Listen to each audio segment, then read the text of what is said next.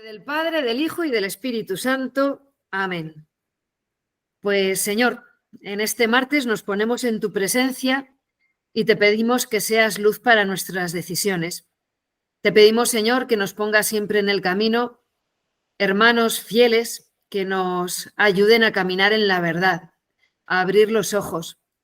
Te pedimos, Señor, que nuestro núcleo de acción, que el fundamento de todas nuestras decisiones sea el amor a ti y a los hermanos.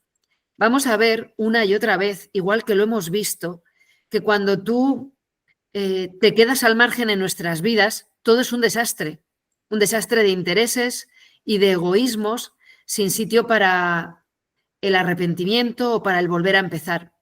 Así que te pedimos, Señor, que sigas siendo Emmanuel, Dios con nosotros, que no te salgas de nuestra vida ni nos salgamos nosotros de tu camino, que nos mantengamos unidos y fieles, aun con nuestras mochilas, nuestros pecados y nuestros errores personales y comunitarios.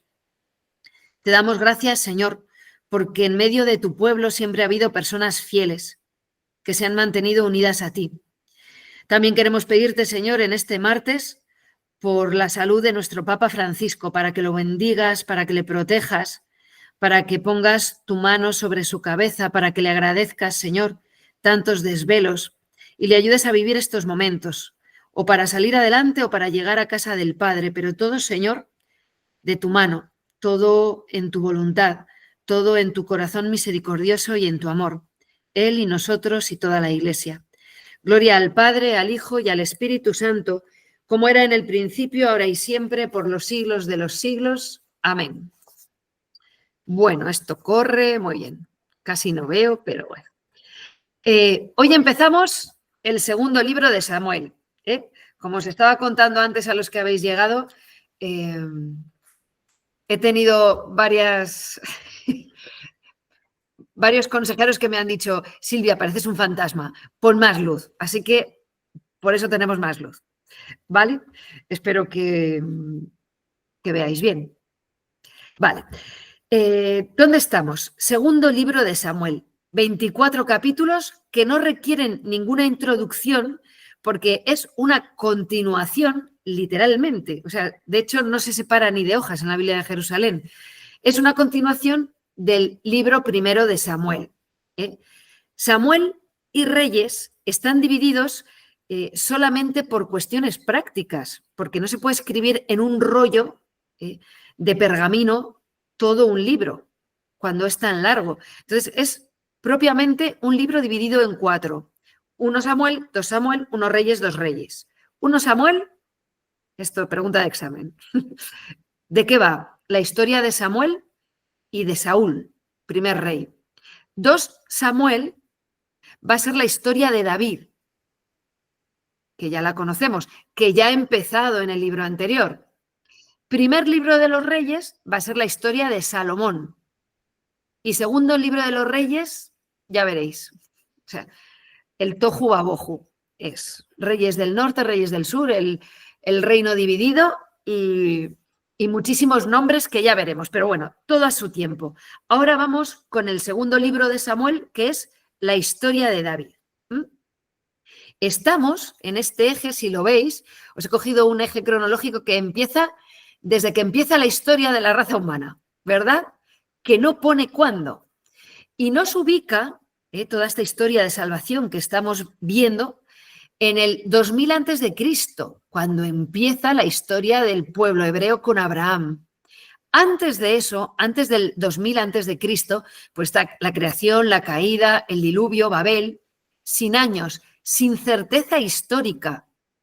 No hay ninguna certeza porque no tenemos piedras que digan esto ocurrió, pero la ausencia de pruebas no significa que no ocurriera. Entonces, es un momento que hemos llamado otras veces de prehistoria teológica, en la cual los 12 primeros capítulos de la Biblia nos hablan en un lenguaje simbólico que nos da el sentido profundo de lo que ocurre, el por qué, no el cómo, no el cómo surgió el mundo ni cómo surgió el hombre, sino por qué, para qué, ¿no?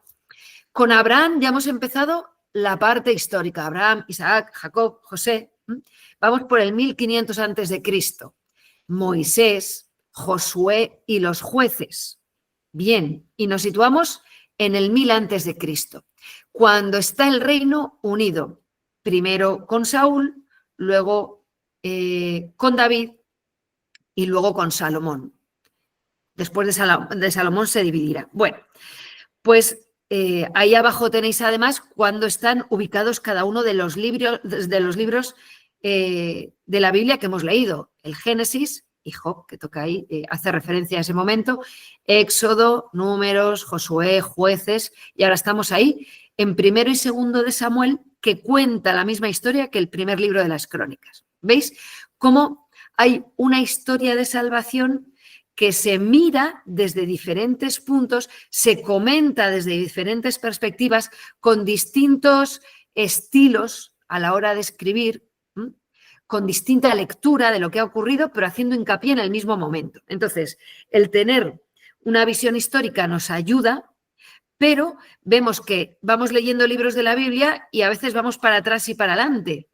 Sí, porque recapitula, porque es el pueblo de la memoria, como nos pasa a todos, que de repente miras para atrás y después de que te ha ocurrido algo, comprendes qué hiciste mal, por dónde te equivocaste, qué paso diste en falso o qué hiciste bien. Entonces, esto ocurre continuamente, ¿vale? Utilizar la memoria para crecer y para aprender y para profundizar. Y estamos con nuestro David. Capítulo 1. David se entera de la muerte de Saúl. David estaba en sus asuntos. ¿Os acordáis que ha vuelto? Está en Sicelag, ahí al sur. No sé si se ve el puntero. Está ahí al sur, porque el rey de Filistea al que sirve vive ahí arriba, en Gat, y él ha querido vivir al sur. Pues para evitar envidias.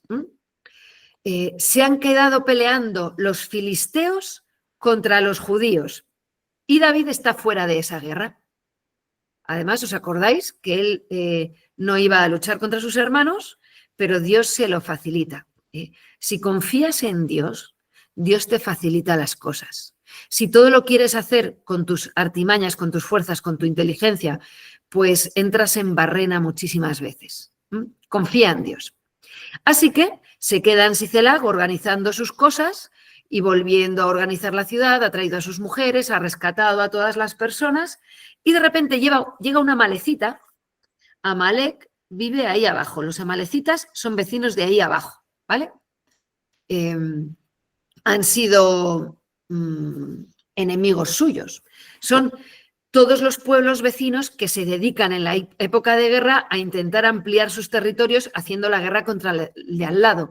El único cuya guerra no es una cuestión territorial ni de crecimiento de territorio para tener más gente o más ganados, el único pueblo que actúa con otro criterio es el pueblo judío, que actúa para acoger la tierra o defender la tierra que Dios le ha dado. Bueno, pues una malecita, un vecino del sur,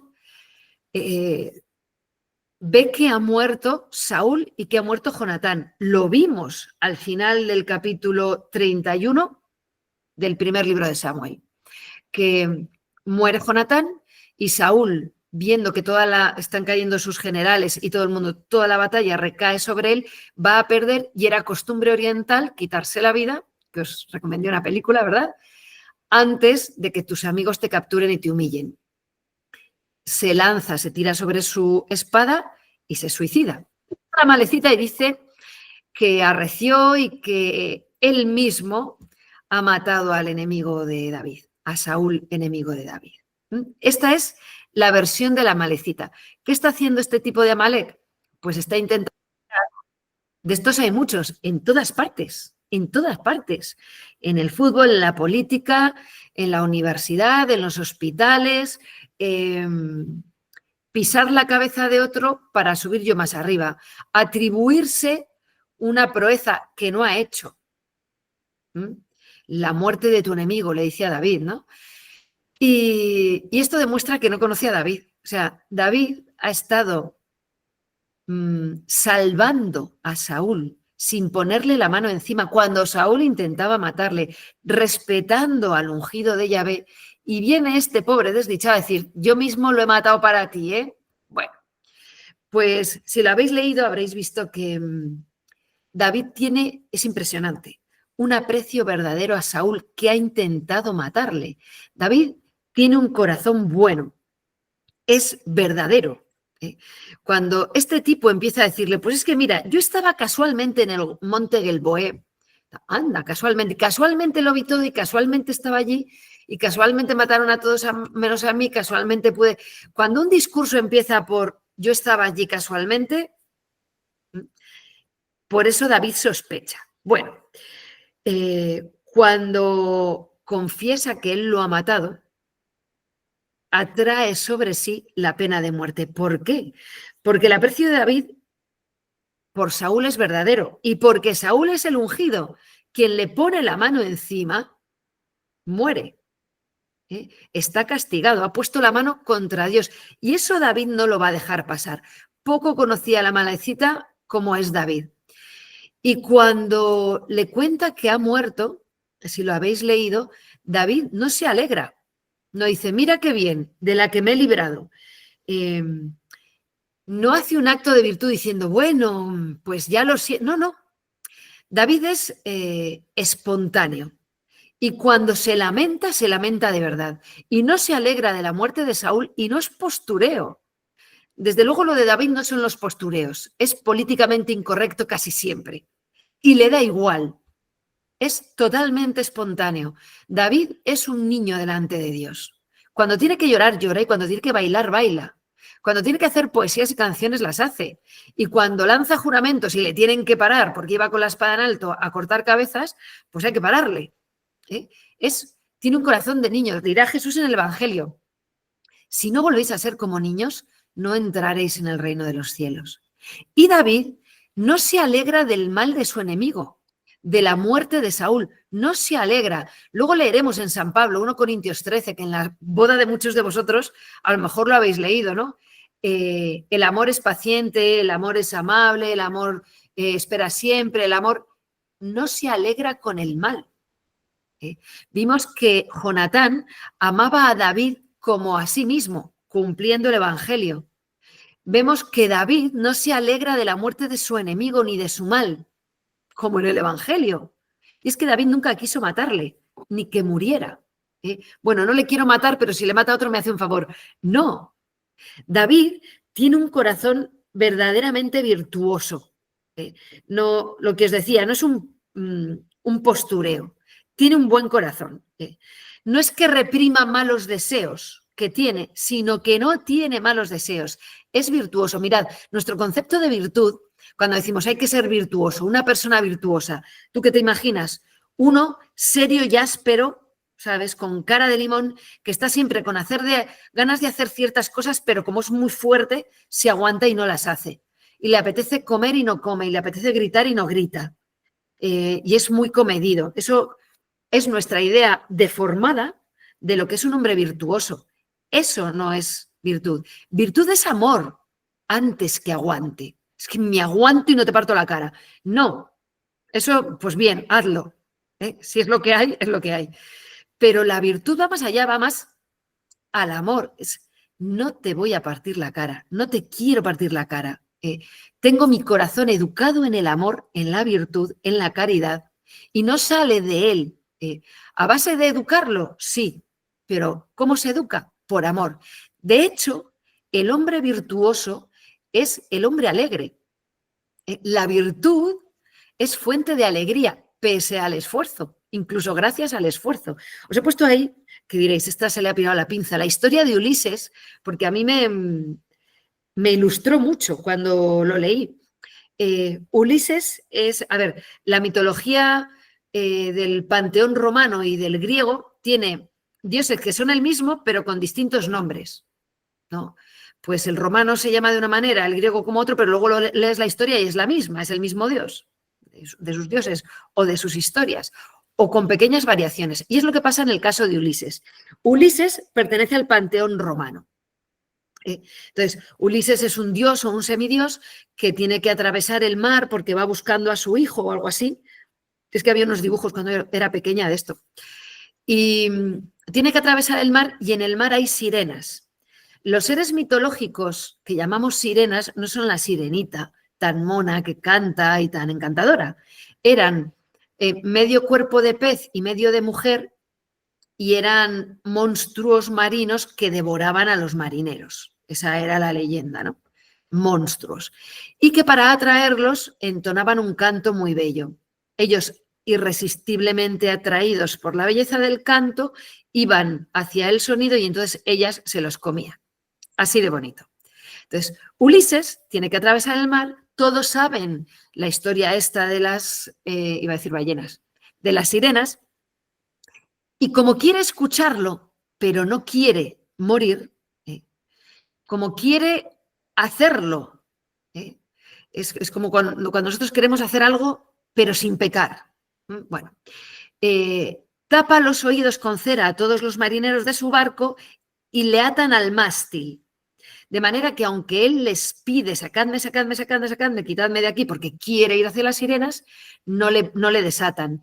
Y ellos, los marineros, siguen con el rumbo derechito sin desviarse hacia las sirenas porque no las oyen. Entonces, este es nuestro concepto erróneo de virtud. De me aguanto, me ato a un mástil y aunque quiero ir no puedo, pero me gustaría y no lo hago porque soy virtuoso. O bien no me entero, me tapo los oídos, no lo veo, no lo oigo, no sé que está ahí el pecado, entonces no lo cometo. Ese no es nuestro concepto de virtud. ¿Cuál es nuestro concepto de virtud? Lo cuenta mucho mejor su homónimo, o como se diga, griego, que es Odiseo. ¿Vale? ¿Qué hace Odiseo? Odiseo? Es la misma historia, tiene que atravesar el mar para buscar a su hijo, están las sirenas. ¿Y qué hace? Entran en el mar y cuando empieza el canto de las sirenas y todos lo oyen, él coge un arpa y entona un canto muchísimo más bello que el que están cantando las sirenas. Entonces sus marineros, atraídos por la belleza del canto, ya no hacen caso a las sirenas que los quieren devorar. Bien, esa es nuestra vida, nuestra moral cristiana, nuestros 10 mandamientos. No es me aguanto, no hago lo que quiero hacer, sino que contemplo en Dios una vida tan bella, entona en mi vida el Señor un canto tan bello, que las bellezas fugaces y engañosas del pecado que está ahí y me quiere devorar, como dice el Génesis en el capítulo 4, ahí, a tu puerta está el pecado acechando como fiera que te pretende, que te quiere devorar y a quien tú tienes que dominar. Pues contemplando la belleza de lo que nos es entregado, ya no nos atrae esas otras cosas que además de ser menos bellas, no son verdaderas, son engañosas, son camino de muerte, ¿no? Pues esa es la virtud, que no necesita estar aguantándose. El Señor nos atrae, caminamos detrás de Él por atracción. Yo cuando hago oratorios con los niños pequeños, hacemos un oratorio con la cruz muy bonito. Cuando sea levantado sobre todos, cuando sea levantado sobre la tierra, atraeré a todos hacia mí. Entonces, levantas la cruz, luego los niños se pueden acercar y abrazarla y tú les preguntas, ¿qué te atrae de Jesús? ¿Qué es lo que más te gusta? Y dicen unas cosas preciosas, que es bueno, que me quiere, que me perdona, que me mira con sonrisa, que quiere a mis padres, que le gusto, que... Dicen cosas preciosísimas. Bueno, pues por atracción, los cristianos caminamos con corazón grande, atraídos por la belleza del amor. Y eso lleva consigo sacrificios, los que sean. Cuando descubre uno un amor así, ni siquiera la muerte o el miedo a la muerte compite con tan grande amor, ¿no? Bueno, pues David es el rey según el corazón de Dios. La bondad de su corazón es su salvación. De hecho, cuando cometa ese pecado tan grave con Urías, que lo veremos, ¿no? Con la mujer de Urías, va a estar ciego. Se acuesta con Betsabé, encima mata a Urías, y cuando viene Natán a hablarle, que lo veremos, le cuenta una historia de un pastorcito, de una ovejita, despierta la bondad de su corazón y hablándole en términos de bondad, David abre los ojos. La bondad de su corazón es su salvación. Así que bueno, la cosa es que ha muerto su amigo, que ha muerto Jonatán y que ha muerto Saúl. Y David se lamenta de verdad. Dice Saúl y Jonatán, amados y amables, ni en vida ni en muerte separados. Hace una oda aquí preciosa. ¿Cómo han caído los héroes? Ahí tenéis un tapiz del siglo XVI restaurado que está en el Museo de Santa Cruz de Toledo. Cuando uno va leyendo despacito el Antiguo Testamento, comprende muchísimas de las cosas que ve en los tapices, en los cuadros, en las figuras y en las fachadas de las catedrales y de las iglesias. Viene el amalecita con la corona de Saúl y su pulsera. Y tenemos a David y a los suyos rasgándose las vestiduras, que es señal de duelo.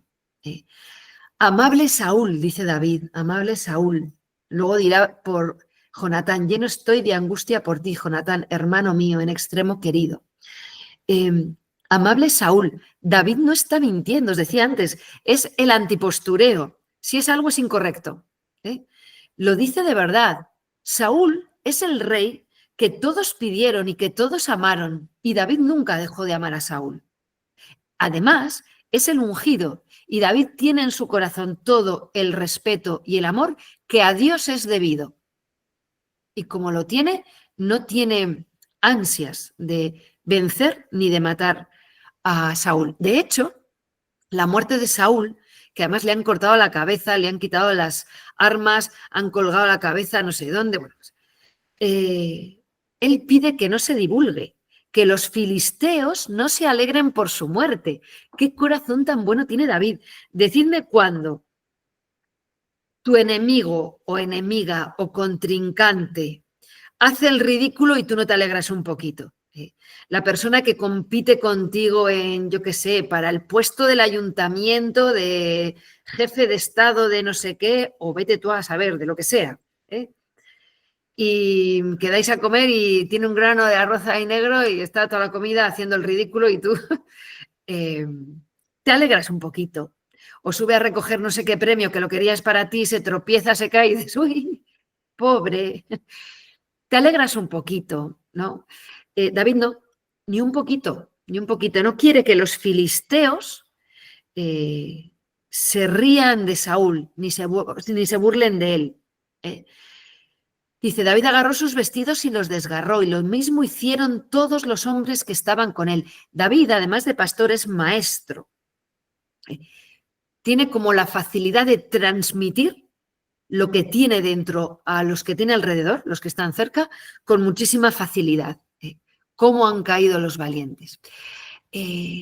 Os decía que David no se alegra. Dice San Agustín, para los que se alegran de cuando sus enemigos caen o cuando humillas públicamente a alguien, que haces un comentario y lo dejas fatal porque se lo merecía, porque vete tú a saber cuántas cosas. Dice San Agustín, públicamente sometes a tu enemigo con orgullo, a la vez que secretamente en tu interior el demonio te somete a ti. Es decir, cada vez que subido en tu soberbia humillas públicamente al que tienes alrededor, porque tienes armas para hacerlo, o intelectuales, o de poder, o de...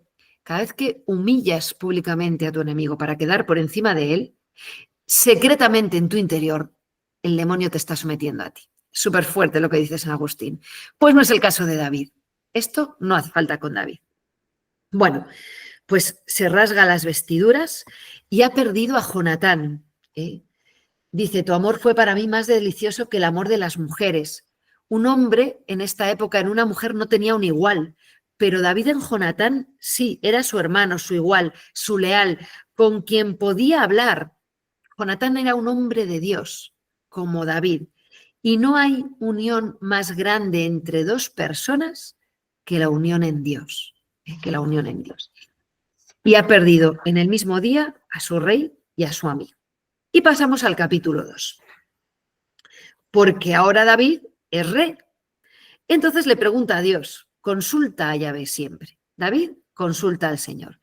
¿Y ahora qué hago? ¿Dónde voy? Y le dice el Señor, vete a Hebrón. ¿Qué ha pasado? Pues que muerto el rey, David sabe que está ungido rey, lo tiene clarísimo. Y es que Dios dice las cosas muy claritas, pero a veces no nos dice cómo hay que hacerlas. ¿Y ahora qué? O sea, soy el rey, ¿y ahora qué?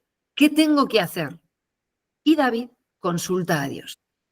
A nosotros nos pasan cosas también, ¿no? De ahora que pues tengo vocación, ¿y ahora qué? ¿Qué hago? ¿Con quién consulto?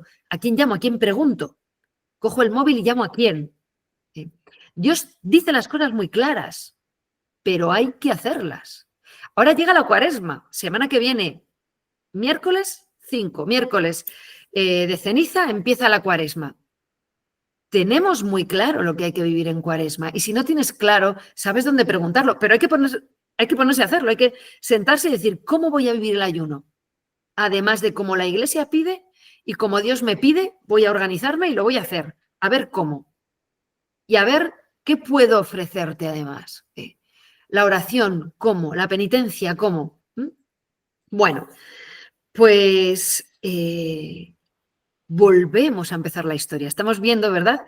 En la historia sagrada que cada final es un principio. Se acaba Saúl y empieza David. La historia vuelve a empezar, no. Un final es un inicio. Dios nunca nos deja ahí colgados en el vacío. Se va a Hebrón, que lo tenéis ahí en el sur. Ahí lo veis, ahí está Hebrón. ¿Veis el cursor, verdad? Ahí está Hebrón. Conocemos Belén, que está un poco más arriba, y Jerusalén, que está un poco más arriba. Situados, ¿vale?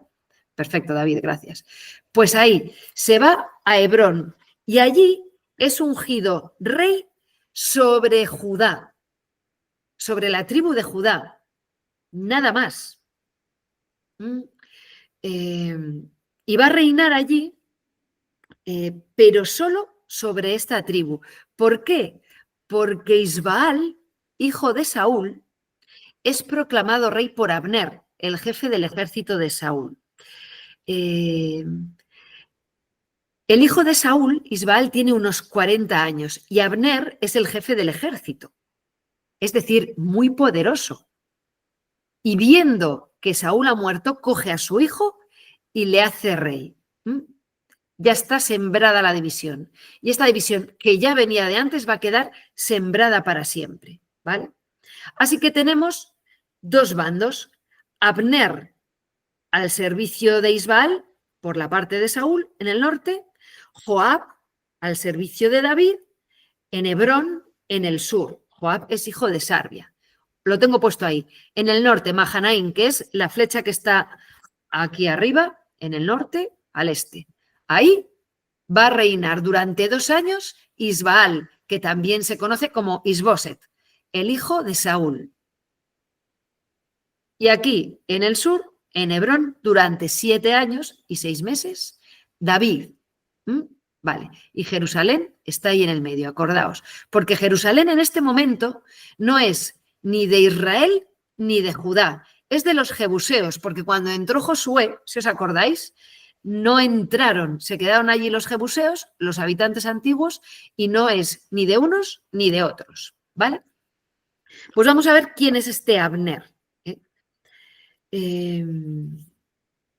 Bueno, lo tengo por aquí, Abner. Abner es de la tribu de Benjamín. Abiel tiene 2 hijos, Quis y Ner.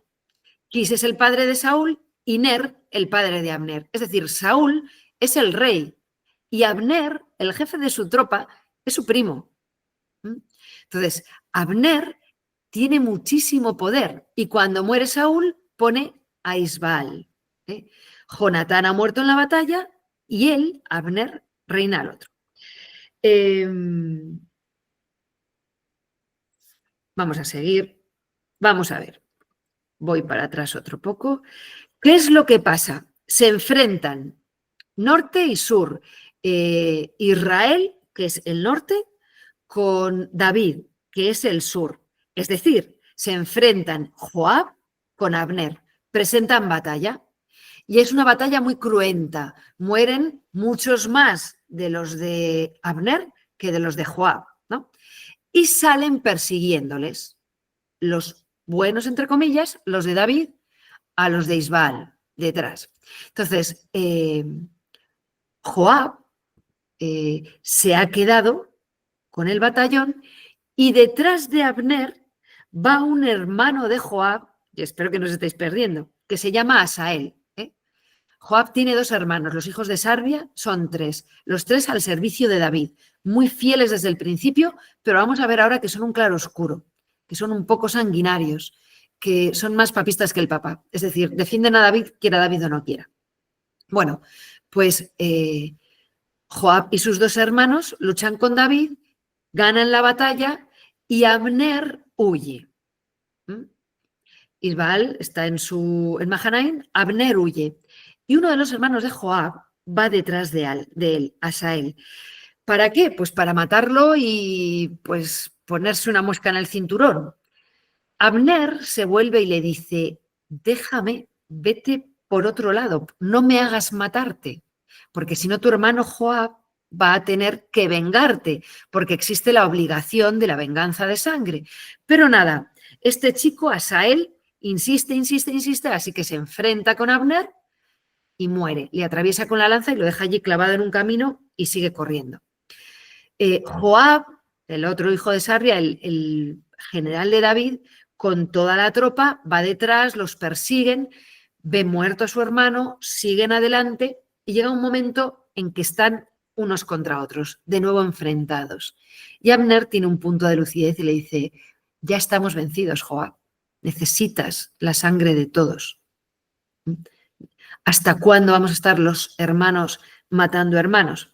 Entonces Joab se vuelve con su ejército, recoge el cadáver de su hermano, pasa por Belén, lo entierra allí y aquí parece que se acaba la historia, que quedamos en paz. Pasamos al capítulo 3. ¿Qué pasa? Pues que David está en Hebrón y David va prosperando. Tenemos ahí, David tuvo hijos en Hebrón. ¡Ale! Un porrón. Porque están todos esos que veis ahí. El mayor es Amnón, que ya veréis qué historia tiene. El hijo de Abigail, depende de donde leáis, se llama Kiliab o Daniel. Absalón y su hermana Tamar, Adonías, esos son los más importantes, pero tiene muchos más, de sus mujeres, de Betfagé, de otras esposas y de todas las concubinas. ¿Qué quiere decir esto? ¿Que era muy cariñoso o muy vicioso o yo qué sé? No. El tema de las esposas es cuestión de hijos, ciertamente, pero también de política y de diplomacia, de juntar pueblos, de unir fuerzas, de pactos de paz. Sin embargo, sabemos que la poligamia no es algo querido por Dios. En el principio creó Dios hombre y mujer, uno para una para uno. La poligamia es un invento posterior, que no os penséis que es una maldad o una perversión. Sale mal, porque siempre sale mal, porque el corazón está hecho en la entrega esponsal para uno solo y los demás sobran. De hecho, el rey o el hombre que es polígamo tiene una preferida, o en el harén una es la preferida, de la que se enamora, porque el amor esponsal está hecho así. Entonces, la poligamia siempre es pues raíz de muchos males. También era verdad que tomar a una mujer por esposa, como hace David con Abigail, es evitar que se quede viuda, que se quede abandonada, que en este caso pues su cuñado, que debía ser peor que su marido, se la llevara y le diera mala vida cuando es una mujer buena y respetable. O sea que no es todo esto una cosa de machismo, de quiero tener muchas mujeres ahí a mi servicio. No, no, no. Es una cuestión a veces práctica, cultural, social y política. Bueno, pues David va creciendo en Hebrón, creciendo y creciendo y creciendo. Y en Mahanaim están sus enemigos, Isbaal con Abner. ¿Qué es lo que pasa? Si leéis el capítulo 3, Abner pretende o se lleva o coge, o no sé cómo decirlo, a una de las concubinas que era de Saúl. Entonces, tiene ahí un problema, porque el rey, Isbaal se llama, Isbaal, sí. Isbaal ha acogido el reinado de su padre haciéndose con todas sus concubinas. Era una de las maneras que demostraba que tú habías adquirido la corona, que pasaba a ser tuya todo el harén de concubinas de tu padre, que generalmente lo que hacía el rey entrante era acogerlo como propio, dejarlo ahí y mantenerlas y hacer su propio harén, sus propias esposas.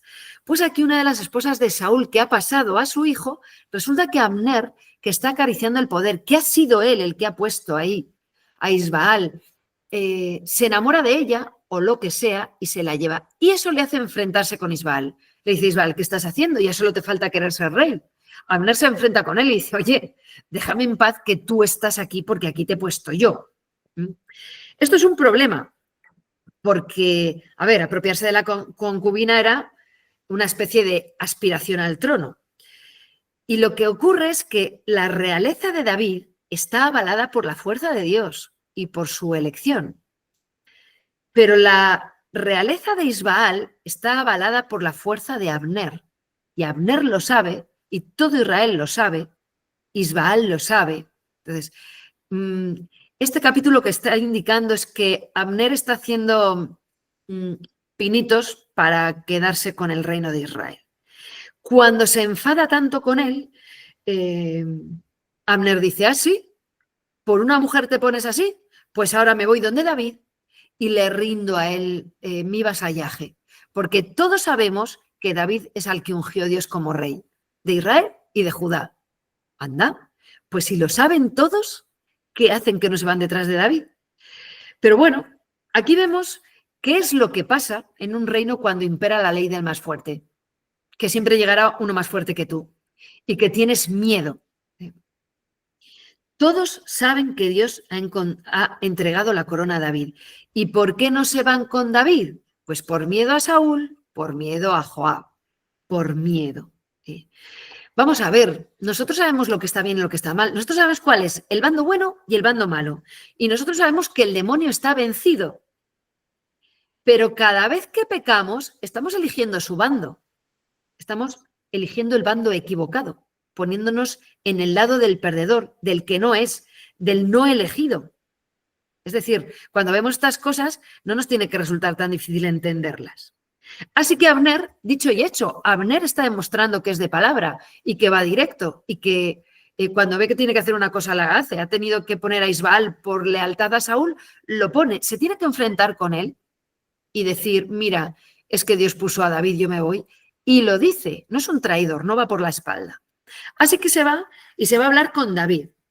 David y Abner hablan, David le recibe. David es un grande, David le recibe y habla con él. Abner le rinde vasallaje y David se lo acepta y se fía de él. Solo le pone una condición. Dice, Mical, la hija de Saúl, que casó conmigo y que me entregó por esposa, luego se la dio a otro. Si me traes a Mical, esto está hecho, ¿no? Le pone como esa condición, que os vuelvo a decir, quizá no sea sentimental, sino política. Es la hija de Saúl. Es un poco más afianzar que el reinado de Saúl ha pasado a David cuando David está casado con la hija de Saúl. Bueno, pues Abner cumple, la recoge de ese otro hombre y fijaos David, quítasela a ese hombre y me la traes a mí de segunda mano, ¿no? Qué humillante. Pero es que a David las cosas no le humillan. Esa es su grandeza. Al humilde, dice la madre de Teresa de Calcuta, no le humillan las cosas, solo al soberbio. Entonces, cuando te sientes humillado, míratelo, ¿no? Pero resulta que este hombre con el que está Mical, pues se ve que está muy enamorado de ella, porque llega Abner, se la lleva y este hombre va llorando detrás, llorando y gritando detrás, llorando, llorando y detrás. Le da tanta pena a Abner que le dice, anda, quédatela, y se la vuelve a mandar para allá, ¿no? Y otra cosa que hace Abner, además de cumplir esta premisa, esta condición que le ha puesto David, es hablar con todos los ancianos de Israel y decirles, vamos a ver, desde siempre habéis estado buscando a David para que fuera vuestro rey. ¡Qué fuerte! Todo Israel, las 10 tribus del norte, tienen el corazón con David. ¿Y por qué estaban con Saúl? Por miedo. Abner y Saúl los tenían retenidos. Pues por el miedo. Para ser libre, a veces hay que ser muy valiente. Y ojo con los bandos. En todos los sitios hay bandos. Y podemos tener la certeza de que en todos los lugares donde hay bandos, no todos los que están quieren estar. Pero las circunstancias, los compromisos, las cobardías, los respetos humanos hacen que mucha gente esté donde no quiere estar. Lo tuvimos, yo no estaba por aquí, soy mayor, pero no tanto. La Guerra Civil Española, lo que yo tengo entendido por múltiples fuentes, es que a veces hubo una división territorial que dejó España dividida en bandos y era por poblaciones, incluso en el mismo pueblo, por territorios o por familia. No era lo que tú pensabas, sino lo que te tocaba por ser de esta familia o de este pueblo o de esta ciudad. Es decir, no es tan fácil un bando de buenos, uno de malos y así de claro. Eso es una falacia, eso es mentira. Hay gente muy buena metida en esos lugares, vete tú a saber por qué, y en los supuestamente buenos, como vimos el otro día, entre los 400 valientes de David había gente que solo iba por el dinero. Pues esos no son buenos. Bien. Bueno, Abner cumple su palabra. Y con esto de los bandos, pues ejercer la libertad es un acto de valentía. Nosotros es que yo quiero ser libre, suena, yo quiero hacer lo que me dé la gana. ¡Uy! No es eso, ser libre. Para ser libre muchas veces hay que apretar los puños, arriesgar, levantarte y ahí me las den todas. Pues hablan, David está contento, ha acogido a Joab, a Abner, y Abner se vuelve. Pero el general de David, Joab y sus hombres, que estaban por ahí pues guerreando, están fuera y cuando vuelven alguien les dice, oye, ¿sabéis que Abner ha estado aquí? Que ha estado hablando con David y David lo ha acogido. Y Joab se enfada muchísimo y hace, si lo habéis leído lo habréis visto, ¿no? Manda a llamar a Abner diciendo, te llama el rey David. David no sabe nada.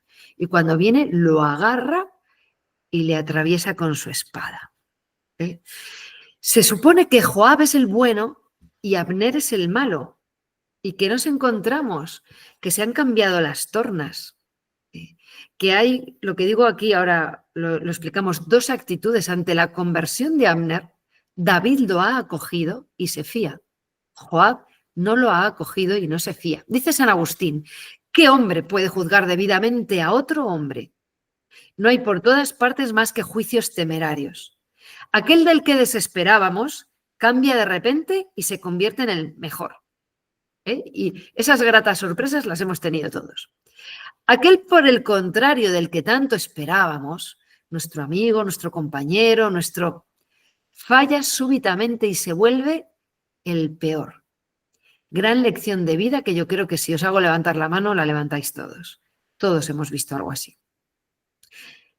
Conclusión de San Agustín. Ni nuestro temor ni nuestro amor son siempre acertados. Puede que muy pocas veces. Pues bien, cuando le llega la noticia a David, lloró desgarradoramente junto al sepulcro de Abner. ¿Por qué? Pues porque David es un hombre de Dios. Se fía de Dios y de los demás. Y se ha fiado de Abner.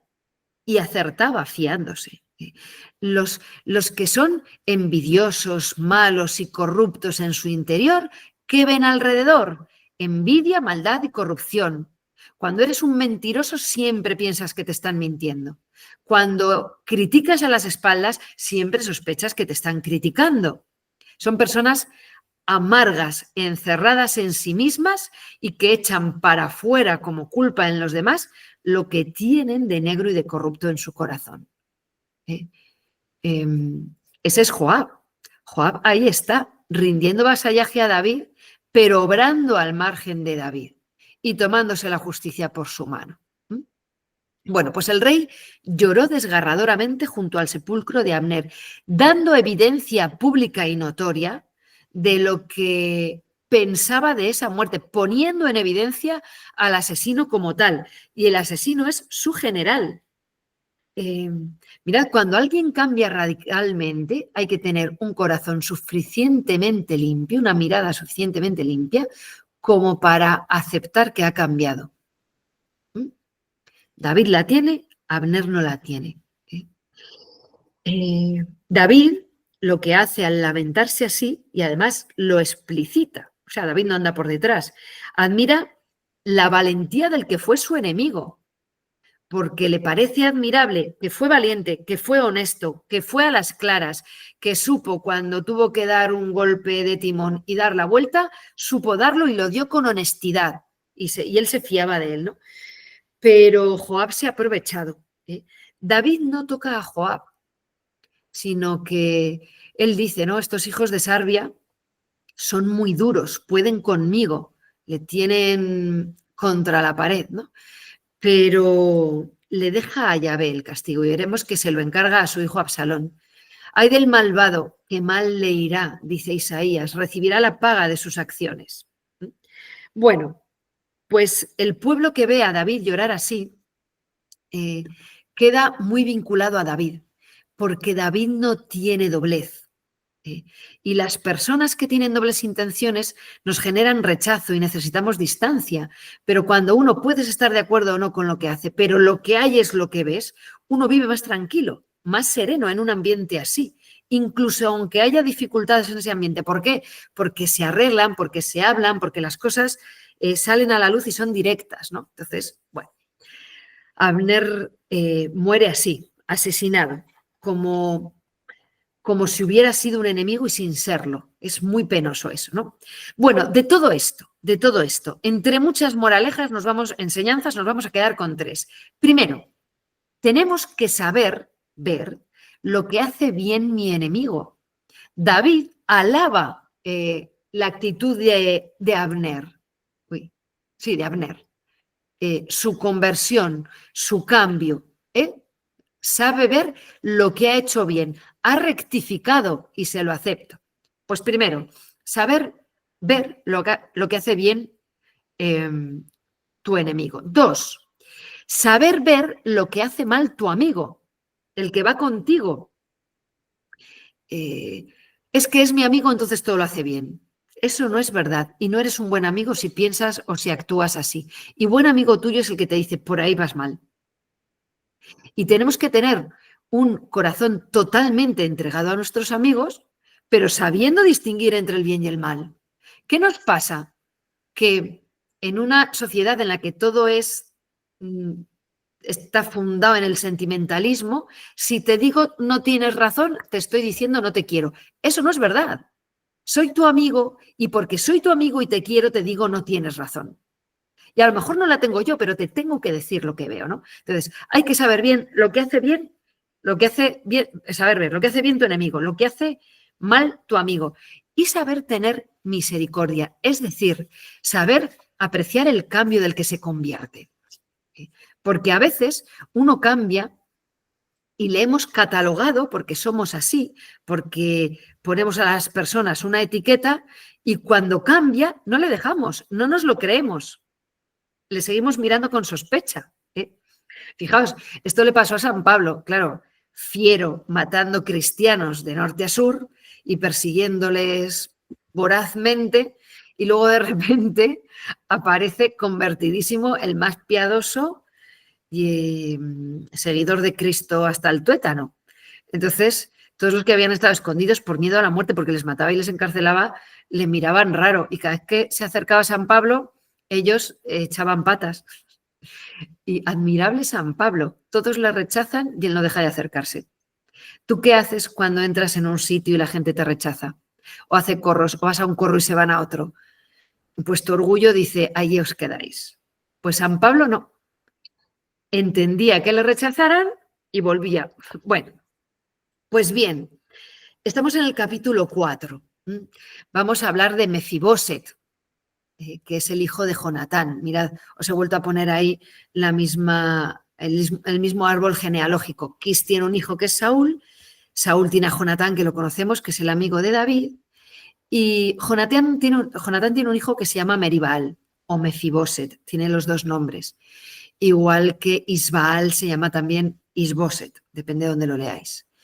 Pues cuando muere Jonatán y Saúl aquel día en la batalla, la niñera de este niño, que se llama Mefiboset, lo coge para que nadie le haga daño, sale corriendo con él, se le cae y se queda, dice la Biblia, tullido de pies. Entonces, cuando veis uno con muletas, es Mefiboset, tullido de pies, ¿vale? Bueno, recogemos la historia. Sigue todavía vivo Isbaal. Y cuando se entera Isbaal que ha muerto su jefe de ejército, tiembla, porque es el que le coronó. Y si el fuerte ha muerto, ¿qué va a ser ahora de mí? Entonces, tiembla y tiembla con razón. Y hay dos de sus generales, de los que están cercanos a él, que son Recab y Baaná, que volvemos a la misma historia. Para querer hacerse simpáticos al rey David, estando Isbaal dormido en su cama, le cortan la cabeza. Y se presentan en el palacio de David diciendo, aquí tienes la cabeza de tu enemigo. Aquí a David no le conoce nadie. Si sabes que es honesto, si sabes que la cobardía no es lo suyo, ¿qué les llama? Les llama malvados. Les llama malvados. Dice David, utiliza expresiones que molan mucho. Dice, por vida de Yahvé, que ha librado mi alma de toda angustia. Por vida de Yahvé, que ha librado mi alma de toda angustia. Qué pena que no tengamos expresiones así de bonitas en nuestro vocabulario. De cuando antes tú entrabas a una casa y gritabas, ¿no? Ave María, y si había alguien te contestaba gracia plena, o entrabas y se decía la paz a esta casa. Ahora, bueno, en fin, habría que retomarlo, ¿verdad? Nuestros hermanos latinos lo hacen con más facilidad, a nosotros nos cuesta más. Bueno, pues si al otro aprovechado y mentiroso lo maté por tocar al ungido, a vosotros por asesinar a traición a uno que estaba dormido y no se ha podido defender, ¿os pensáis que os voy a dar un premio? ¿Pero quién os pensáis que soy? Y les da una muerte ejemplar. ¿Por qué? Pues porque dirás, bueno, pues qué majo, ¿no? Les mata. Pues porque ni en la guerra valen ciertas cosas y las muertes a traición no valen ni en la guerra. La guerra vivida por el pueblo de Israel, la guerra se puede vivir de muchas cosas, igual que de muchas maneras, igual que la paz se puede vivir de muchas maneras. Y si te toca guerra, te ha tocado, tú no la querías. Pero ¿se puede vivir eso desde Dios? Sí, sí, y David lo hace. Entonces no vale cualquier cosa. Y no valen las muertes a traición. Él lo ha vivido arriesgando su propia vida. Así que les ajusticia, mataron al que no se pudo defender. Eso es gravísimo. ¿Por qué es tan grave matar a un niño o matar a un niño en el vientre de su madre, su propia madre? Porque no se puede defender. Y cuando tiene 2 meses no se puede defender, pero cuando tiene -2 tampoco se puede defender. Mídete con el de tu tamaño y con el de tu fuerza, a ver si te atreves, ¿no? Somos muy valientes cuando el otro es más pequeño o es más indefenso. Esto David no lo vive así. Esto no es de Dios. No es de Dios un enfrentamiento, pero un abuso de poder aún menos. Malvados les llama, malvados. Y aquí tenemos al pueblo, pues entretenidos en luchas de poder. Se están desorientando. Vais viendo que esto va de mal en peor y lo que nos queda.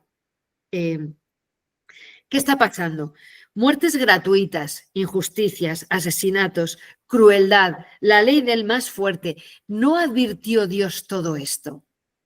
¿No advirtió Dios todo esto cuando les dijo, no tengáis un rey, que es peor, que el poder corrompe? ¿No lo advirtió ya en el Deuteronomio? Pero no le escucharon. ¿Cuál es el problema? El mismo el que tuvo Saúl, porque no escuchaste al Señor tu Dios. Escucha, Israel, el Señor tu Dios es solamente uno.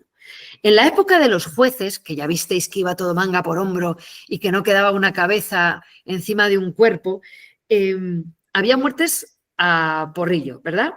Pero el eje de los actos, de las muertes, de las batallas, era la fidelidad o infidelidad a Dios. Entonces, no estaban tan desnortados. Aquí van perdiendo el eje, es lo que les va pasando. ¿Qué tenemos entonces? Y con esto ya vamos a terminar. A David como rey de Judá y de Israel. Van a ir en el capítulo 5 todos los de las tribus de Israel, las 10 tribus, donde David a Hebrón a decirle, somos hueso tuyo y carne tuya, libres de Isbaal, libres de Abner y libres de Saúl, lo que querían en su corazón era poner como rey a David. Somos, si vais al libro del Deuteronomio, al estatuto del rey, dice, escoge entre tus hermanos a uno que sea de tus huesos y carne tuya. Somos hueso tuyo y carne tuya. Le sacan a Moisés ahí, ¿no? Y comienza a reinar sobre Israel, que eran los del norte, y Judá, que eran los del sur. 30 años tiene David cuando comienza a reinar. Reina 7 en Hebrón, 7 y 6 meses, solo sobre Judá. 7 es un gran número en la Biblia, ¿vale? ¿Y en Jerusalén cuántos reina? 33. Un gran número en la Biblia. En Jerusalén y 33 años. Y en Jerusalén, que ahora vemos cómo, reina sobre todo Israel, sobre norte y sur. En total, ¿cuántos años reina David? 40. Otro gran número en la Biblia. Todo el lenguaje de Dios es perfecto, redondeado y perfectamente coordinado, como muy bien encajado. 40 años en el desierto, 40 días y 40 noches el diluvio. ¿Qué más 40 conocéis? 40 días ayunando Moisés para recibir las tablas de la ley. 40 años David es rey. 33 y 7. Es muy fácil acordarse. Vamos a empezar ahora la cuaresma. 40 días estuvo Jesús en el desierto. Bien. Bueno, os he puesto ahí donde está Hebrón. ¿Y qué hace David? Pregunta al Señor, ¿y qué hago? ¿Dónde voy? Pues conquista Jerusalén. Así, Jerusalén, os he puesto también ahí un texto de San Ambrosio, pero me lo salto porque es tarde. Conquista Jerusalén, que los jebuseos se ríen de él como, aquí va a entrar David, lo que yo te diga. Y David entra y les devuelve la ironía, lo que te diga yo a ti, de cojos y de sordos. Claro que entra. Toma Jerusalén, la amuralla y construye la ciudad de David. No es palacio, sino la ciudad de David, que tenéis ahí abajo. Ahí en la maqueta, o como se llame la foto, es posterior, porque veis dónde estará el templo de Salomón y dónde estará el templo de Yahvé, que ambos los construirá Salomón. Bueno, se queda con Jerusalén. Los jebuseos se burlan de él, pero él les asalta, construye la ciudad de David y empieza a amurallar. Las murallas son muy importantes. Una muralla defiende y va ampliando la ciudad e irá ampliando la muralla. ¿Por qué? Porque hay que defender lo tuyo, hay que defender lo valioso. Dice el cardenal Sara, cualquier persona debería crear y construir su propio claustro interior, que es un monasterio, un claustro, una muralla, un muro y antemuro, dice, un desierto privado en el que encontrar a Dios en la soledad y el silencio. El silencio, dice, es privilegio de los valientes. Tal vez caigan y pierdan la esperanza, pero el silencio siempre será capaz de volver a levantarlos porque conlleva una presencia y un origen divinos. Si tú eres capaz de conservar con muro y antemuro en tu interior el jardín y la presencia de Dios en un silencio interior, nadie ni nada te podrá vencer. Nadie ni nada. Bueno, pues en el capítulo 5 David va a ir medrando. Esto no es de la noche a la mañana. David no es grande de la noche a la mañana, va poco a poco. Dios no utiliza varitas mágicas. David va trabajando. El sufrimiento no le abandona, igual que no abandona a nadie. Pero David camina siempre con Dios. Y Dios acompaña y defiende a David por amor a su pueblo Israel. ¿Por qué trata tan bien Dios a David? Por amor a David y por amor a Israel. Y después tratará bien a Israel por amor a David. Ese es Dios. Y dice la Biblia que David iba a más porque Dios estaba con él, pero también hay que decir que David estaba con Dios siempre. Dios estaba con él y él con Dios.